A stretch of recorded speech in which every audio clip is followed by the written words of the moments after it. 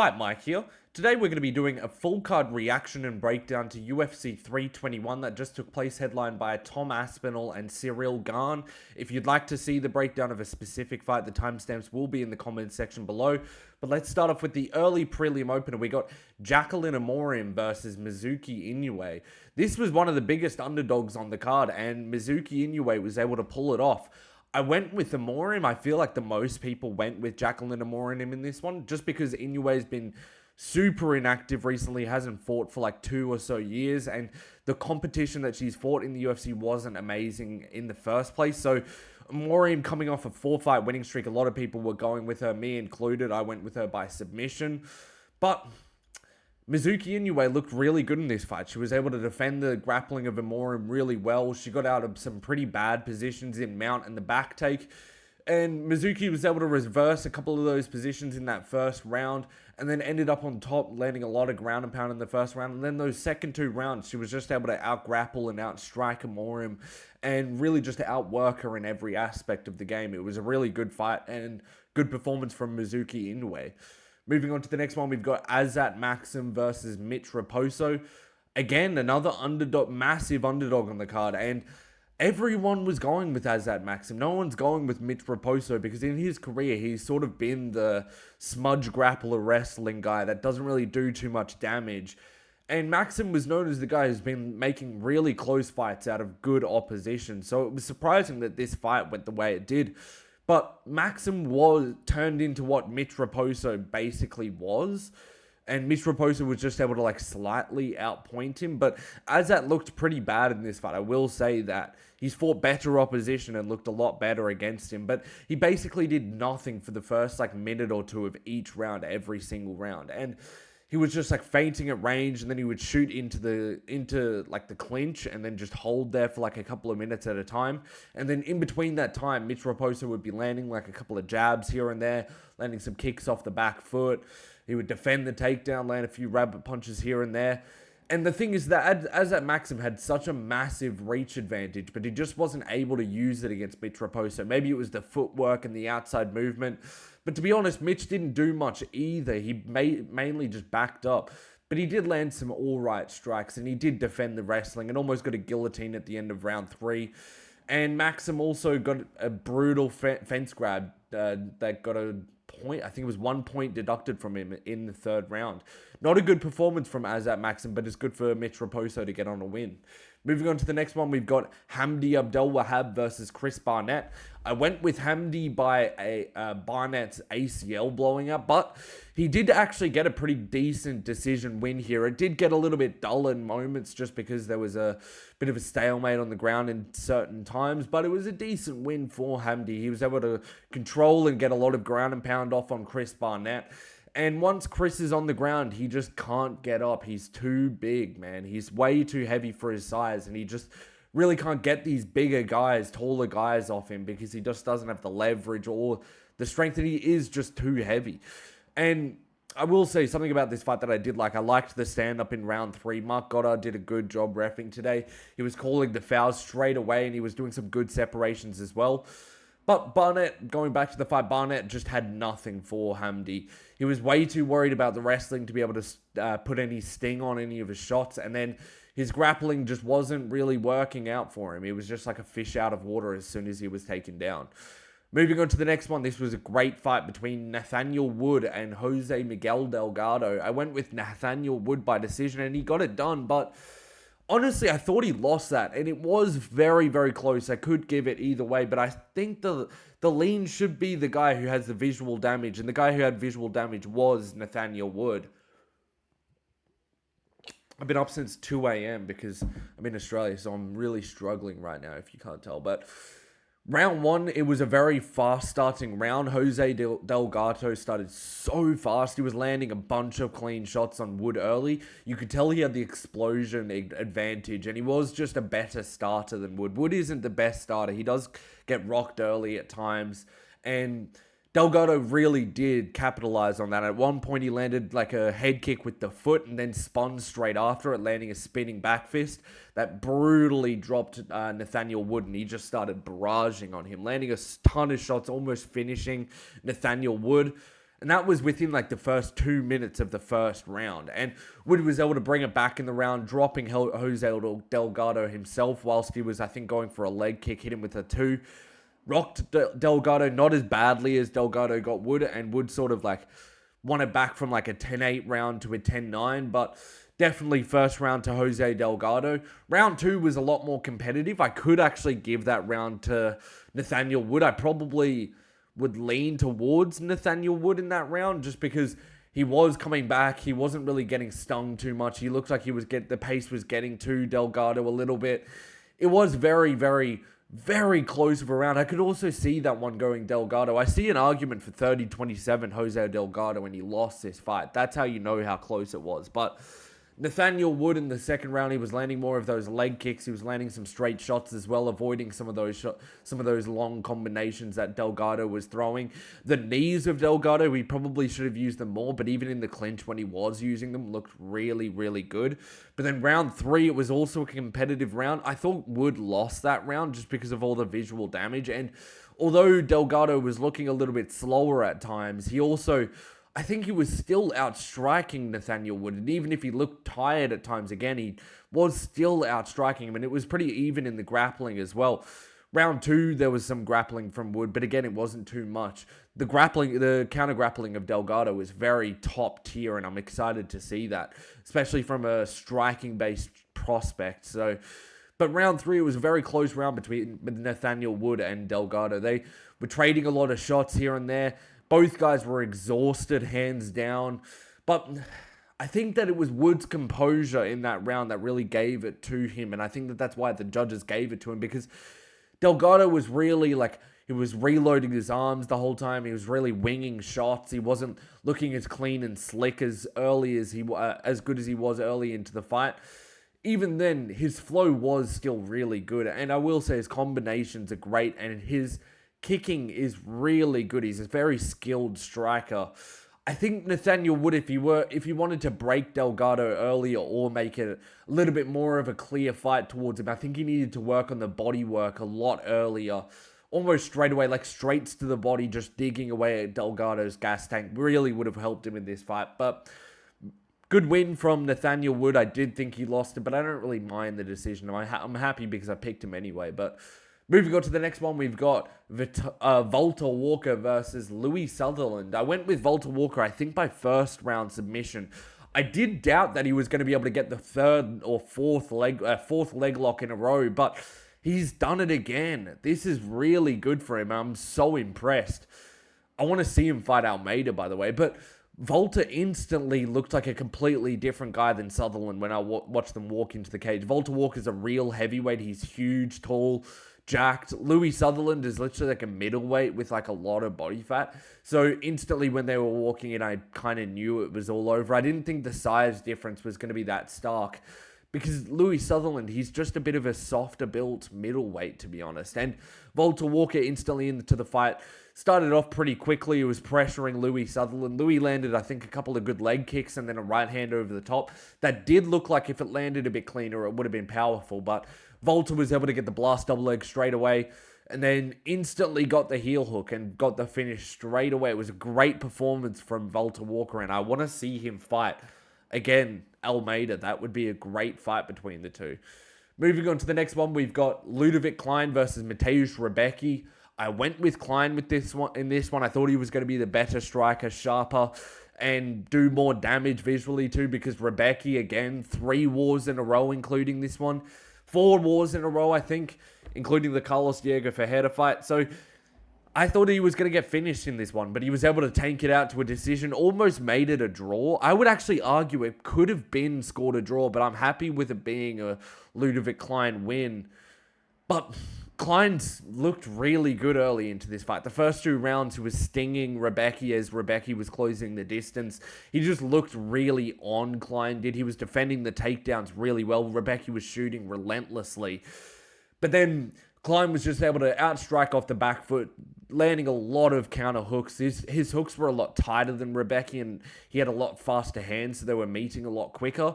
And as Rebecki was winging these massive hooks, Klein was just catching him every single time. It would be like a straight right hand, counter right hook. Like anything as Rebecca closed the distance. It was just tagging him, marking him up straight away. You can tell he's already got so much scar tissue, Mateusz Rebecca does now, because instantly when he gets hit, he's marking straight away. Literally, I don't think I've seen a fighter that I knew was going to mark up as quickly as Rebecca, because now he's probably collected about 15 different cuts in his last 3 or 4 fights. But first round, Ludovic Klein looked amazing, and he was just completely outstriking Rebecca. Second round, it was a little bit close. No, it wasn't at all. Oh my gosh, what am I talking about? Round 2 was a round that Ludovic Klein just started dominating Rebecca. He was marking him up with every shot. He looked like he was getting a little bit more tired in this round, but he was still super explosive, punishing Rebecca as he came in. The takedown attempts weren't working for Rebecca in this round. You could see the explosive takedown defense of Ludovic Klein. And he was just able to really put up so much damage on Mateusz Rebecca in that second round. And honestly, I think there was a left hook in that round, early in round 2, that just should have KO'd Rebecca. I don't know what his chin is made of.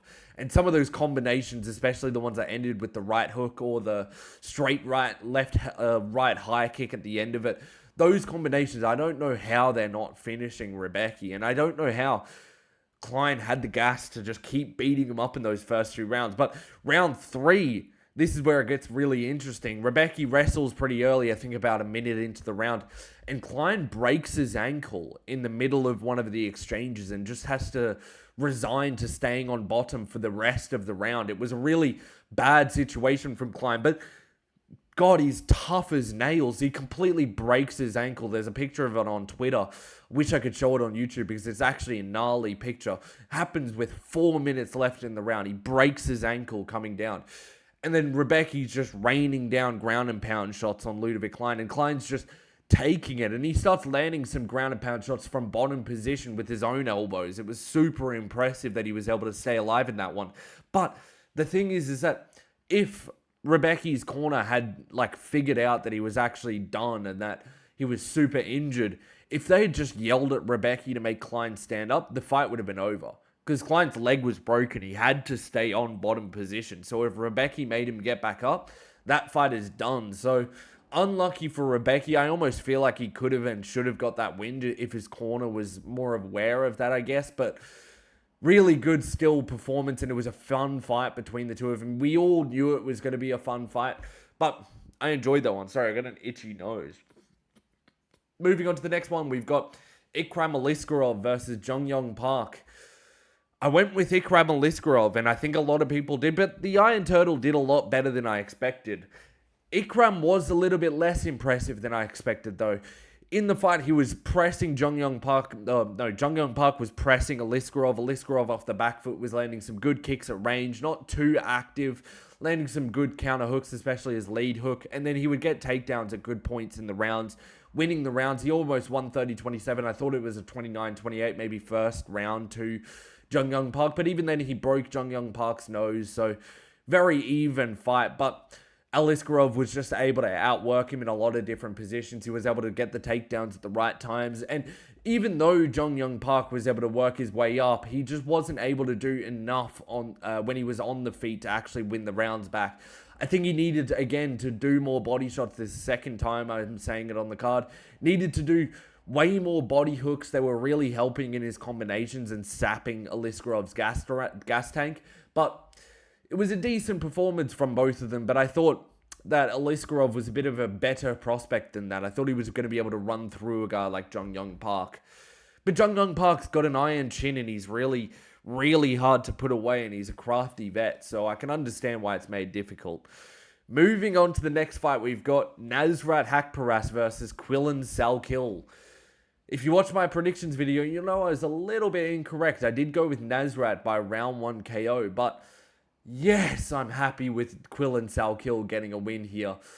Early, I actually thought I was going to be right because Quillan was shooting like he had nothing else in his tool bag. He was just instantly into the fight. He was getting sprawled on, and he must have shot like 5 times in the first 2 minutes. He was really bullish on making sure he was going for these takedown attempts, and Nasrat was stuffing them with absolute ease, and I thought that Quillan was in for a really rough night. But in between the takedown attempts, he was throwing a bunch of teeps, a bunch of kicks to the body, roundhouse kicks to the body, and he was playing with his lead hand a lot, throwing his jab out there, his lead hook, and then he just head kick brutally head kick KOs Nasrat Haqparast, puts him out for like 4 minutes or so. Violent, vicious finish from Quillan Salkeld. And I was so impressed with that. Coming in on 10 days notice, he said it was a 13 kilo weight cut. Looked really shaky early on. He's coming in against some adversity. Every single takedown attempt is getting sprawled. But then he was just able to use his range and just being so much bigger than Nasrat out there. I noticed that instantly. So much taller, longer, rangier.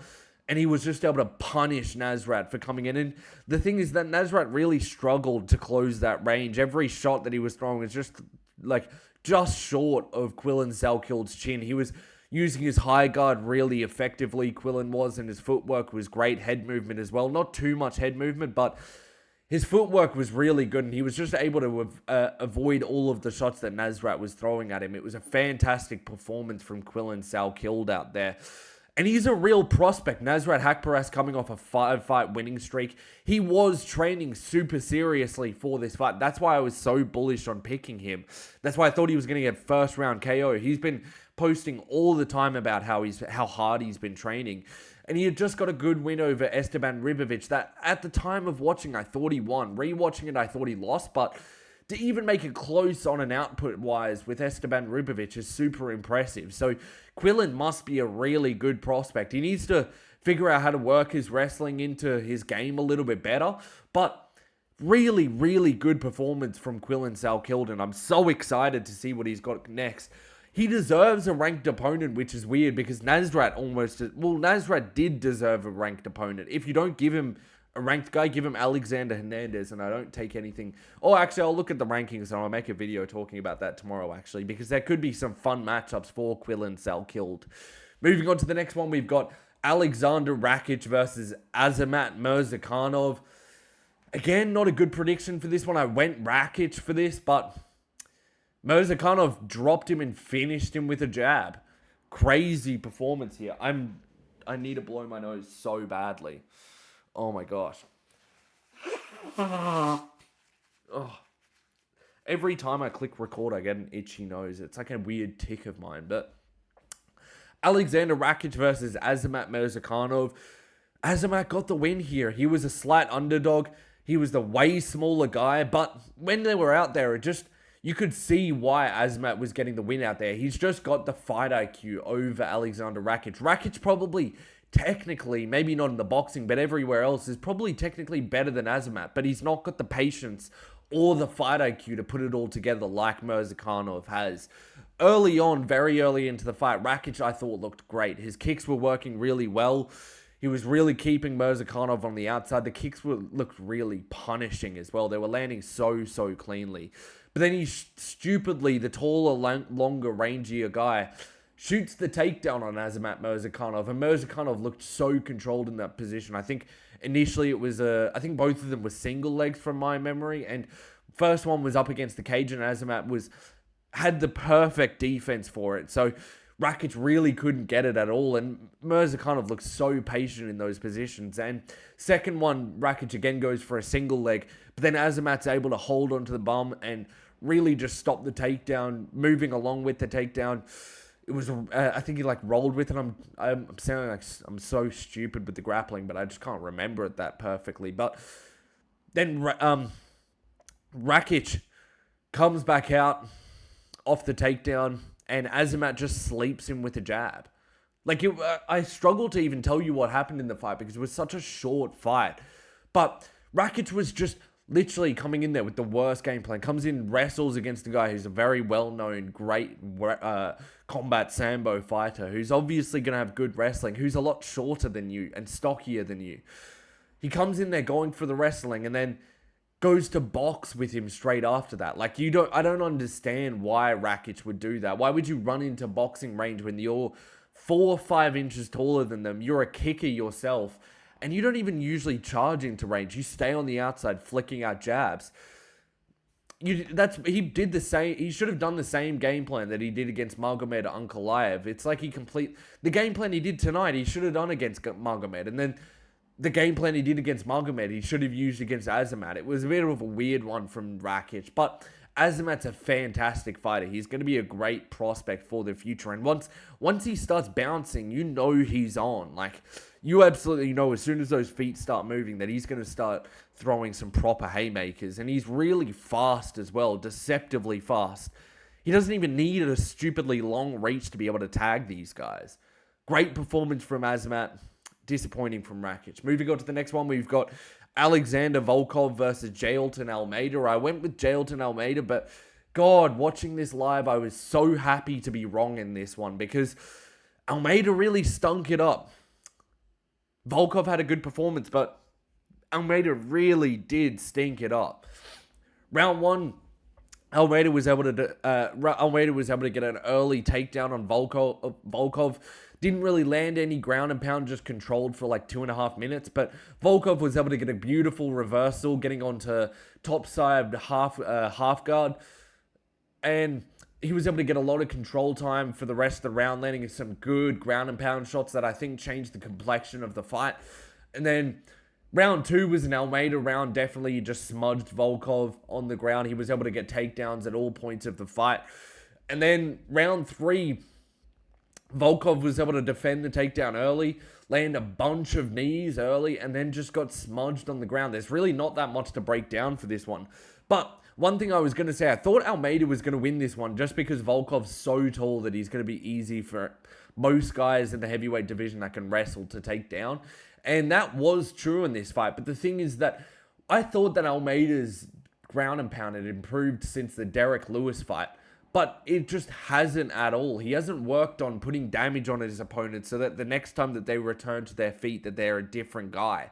He hasn't worked on that at all. And Volkov, the biggest difference he was able to make in this fight was just tappy shots in that third round. Even then, I arguably would give him the round just off those knees to the body at the start of the round. Because Almeida really just didn't do any damage. He was controlling for a lot of the time. And yes, he got 7 takedowns, but it was nothing. Let me read you out these total strikes. This is why he should have won. 9 significant strikes over 15 minutes for Jailton Almeida. Only 24 from Alexander Volkov. But again, that's at least a little bit over double. Then total strikes, 123 for Alexander Volkov to 27 for Jailton Almeida. And I don't even know where they found 27 strikes. I would recount that and probably see 14 or so. So crazy that Almeida thought he was going to win that just through control only, no damage. But good performance from Volkov. I'm seeing some improvements on the ground here. Moving on to the next fight, we've got Umar Nurmagomedov versus Mario Bautista. I picked Umar to get this one done and get it done early by a submission. But Bautista, I tell you what, he did a really, really good job in this one. And if he wasn't like 31, 32 years old, I'd say he's a really good prospect for the future.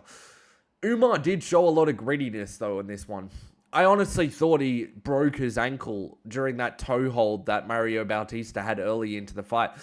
Straight away, Umar is able to get the takedown off a body kick, but Mario goes for like a nasty submission with I think he goes for a knee bar straight away and then transitions to the toe hold.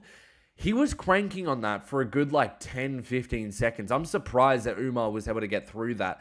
Showed a lot of grit to be able to get through that. But Umar was able to escape that toe hold and then just was controlling for the rest of the round. Threatened a rear naked choke, got on the back.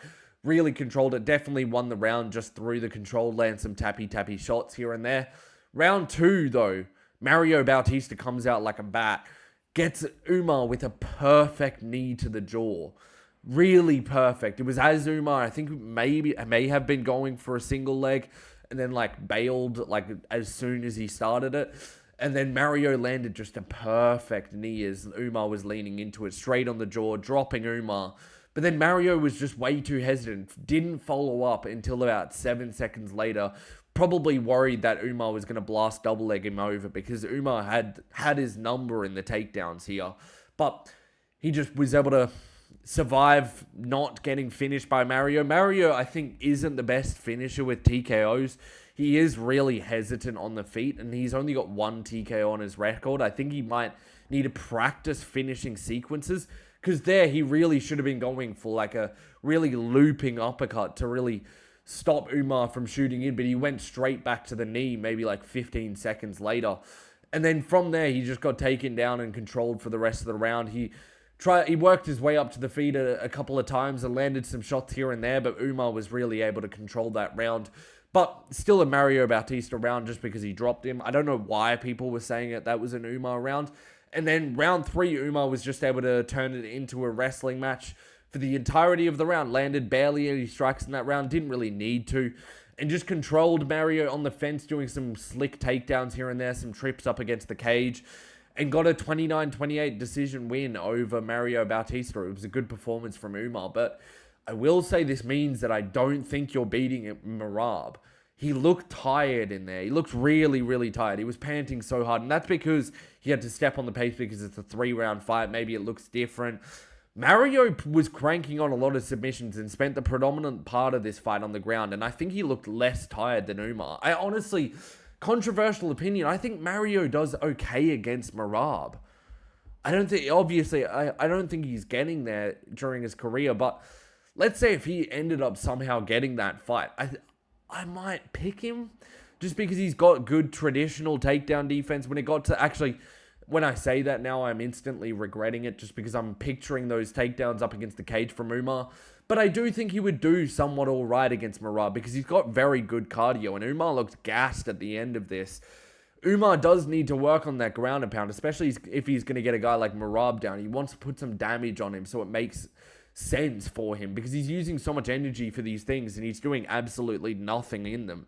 If Mario in that third round was able to put 2-3 exchanges together, he probably wins that round because Umar really didn't do that much in that round. So for Mario, he got a little bit unlucky, not really unlucky, but he did a really good job out there. His stock was definitely raised. I think if he wanted to really sap Umar's cardio for the third time, I'm going to say this, he needed to work the body more, body punches, body straights. He used them against Patchy Mix a lot. And Patchy's got a really good lead knee, so I don't know why he chose to use it against Patchy and not against Umar, who doesn't throw as many. But good performance from Umar out there. I wasn't that entertained by the third round, but it was all right. Moving on to the co-main event, we've got Virna Jandiroba versus Mackenzie Dern. I picked Mackenzie Dern to get this one done by decision, and I said it was because she was going to do more damage on the feet. She was going to be more positionally smart on the ground. I thought she was just a bad matchup for Virna, and that was exactly right. Dern was able to win on activity. She was more aggressive on the feet, and off bottom, she was still throwing shots the entire time, staying safe on bottom, and landing a couple of good combinations even on the feet, landing good, I think 1-2 straight shots were working well for her. She would just bum rush forward and land a couple of shots.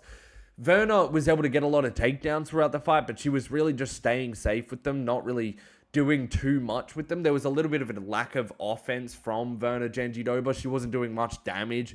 Where Mackenzie Dern would throw 2-3 shots on the feet, Virna would be 1 shot behind in the combinations, and I really think that that's what set the two apart in this one, because even then Jandiroba had a lot of control time, but Mackenzie was still just landing tappy shots from the guard, and it was really doing a number on Jandiroba's face for once, just because she had a lot of bruises at the end, and it was just doing a lot of work for her in the judges' eyes, because although Jandiroba has dominant position, she's not really doing too much with it. So Mackenzie going for these submissions, even if they didn't credit her for any, even if she's going for these submissions, landing more shots on the feet, they just are going to give it to her, even if it's a very close fight. So good prediction from myself. I'm going to give myself a pat on the back for that one. But I think that Mackenzie Dern probably loses her next fight. I think that Jandiroba was the only top 5 opponent she can beat. I think she was just a good stylistic matchup. That's why she beat her 5 years. She beat her 5 years ago, and she'll probably beat her in 5 years. Moving on to the main event. Probably the most underwhelming main event of all time. Well, one of them at least, just because of how it ended. Tom Aspinall versus Ciryl Gane. This is not how he wanted it to go down.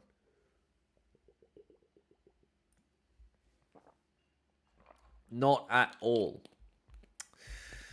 We've been building up Tom Aspinall so much for the last 15 months to fight anyone.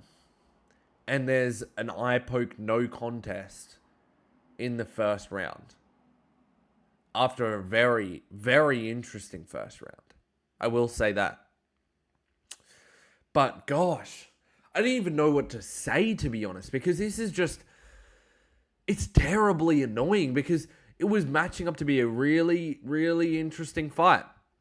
Gane was doing very well out there. He was game. He was very game, ready for Aspinall. But this was the worst way it could have ended. Eye poke. Early on in the fight, Aspinall, first minute or so, Aspinall looked pretty good. He was a lot faster than Ciryl very early. He was way faster than Ciryl for the first minute and a half. And he was landing some good twos over the top. He was landing, I think he landed a couple of leg kicks. But then, I think it was straight after the takedown attempt, Ciryl started to do a really good job of slowing the pace down. He was circling really well, avoiding exchanges until he knew that Tom was finished them, and then he would just circle back out, avoid pressing his back against the cage, and using his kicks and his jabs really well, that teep kick and that jab perfectly, to just keep Tom Aspinall at bay, and he wasn't really getting caught too cleanly. And that jab was marking up Tom Aspinall. First time we've seen him marked up. Blood all over his mouth. Broken nose for sure. Probably not a bad one, but still that jab was really messing up Tom Aspinall. It was stopping Tom from wanting to just rush into range so he didn't just sprint into a jab. And then that teep kick doing the exact same thing. He was just digging it up there, and I think he landed a couple of roundhouse to the bodies as well. Aspinall did look like he was having a tough time with Ciryl Gane. Very tough time. I would argue Cyryl's probably winning that fight as of that far. And then gets to about 3 minutes 30 into the round, and Aspinall's really having a tough time. I noticed it first when he goes for that first spinning back kick. It was a good one. It was powerful. It looked slick. But that's not Tom's game. I was surprised he was pulling out all stops already. It's 3, 4 minutes into the round. And then Tom Aspinall, couple exchanges later, spins without that. Spins without anything. Spins and freezes. Completely. I don't know if anyone else saw this. This was a shocking moment to me where he had just done the spinning back kick 20 seconds earlier and then tries it again, doesn't even do anything. Doesn't even go for an elbow arm, spinning back fist, nothing. Nothing. He just spins around, stands at Ciryl Gane right in front of him. And then one exchange later, Tom Aspinall is doing a smile and then tapping the glove like a Gene Silver would do.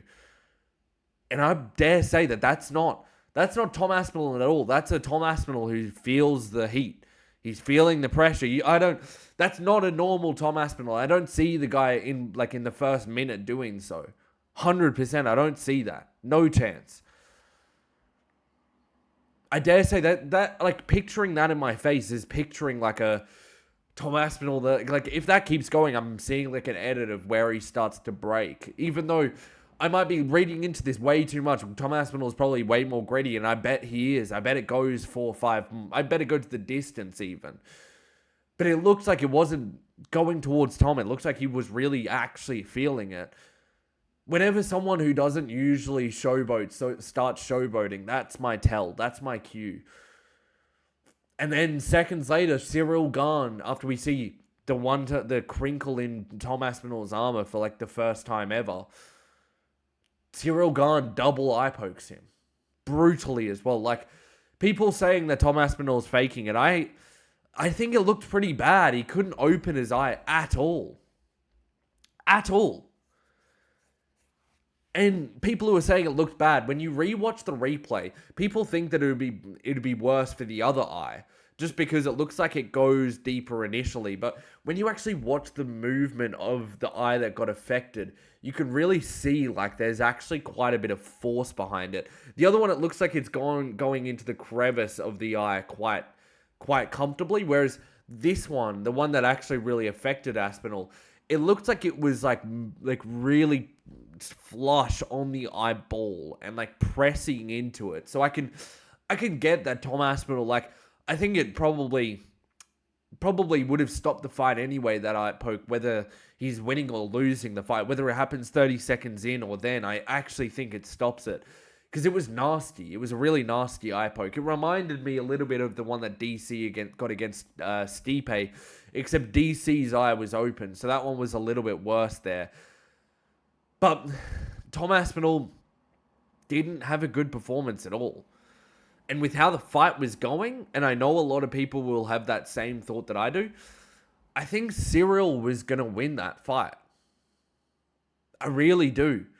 I really do.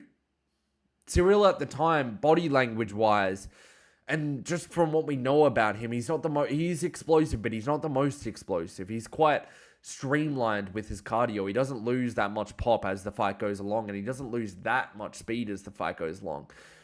We have to assume Tom Aspinall does. So for Ciryl Gane, this is the perfect way the fight could have been going. And I really do think if that fight keeps going, I think he wins that fight. He was very slightly outstriking Aspinall. The strike numbers that they showed on screen was so wrong. So incredibly wrong. But he was slightly outstriking Aspinall. The recounted numbers were 27 of 39 for Aspinall and then 30 of 40 for Ciryl Gane. Both guys hitting at a 69% clip for Aspinall, 75 for Ciryl. That's how we really know that we've got the best two heavyweights on the planet here.